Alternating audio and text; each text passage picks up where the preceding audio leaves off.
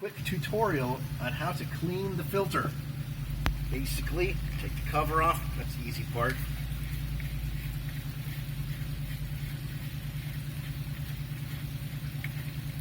There's an O-ring in here. Do not lose the O-ring. Keep it somewhere safe, like right next to the pond.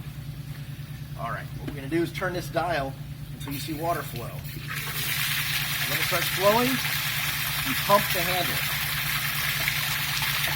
See how the water gets dirty? That is all the debris inside of the filter elements. You keep pumping and let it continue pumping until it runs clear.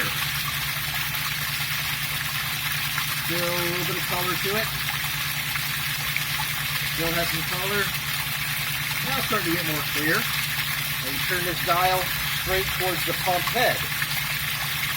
This will clear the chamber where the light that disinfects is at. And you saw it run dirty for a little while. Now it's already running clear. All you do is put it right back where it started, and you're good to go.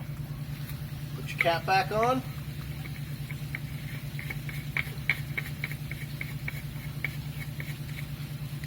And cleaning of the filter is complete. Thank you.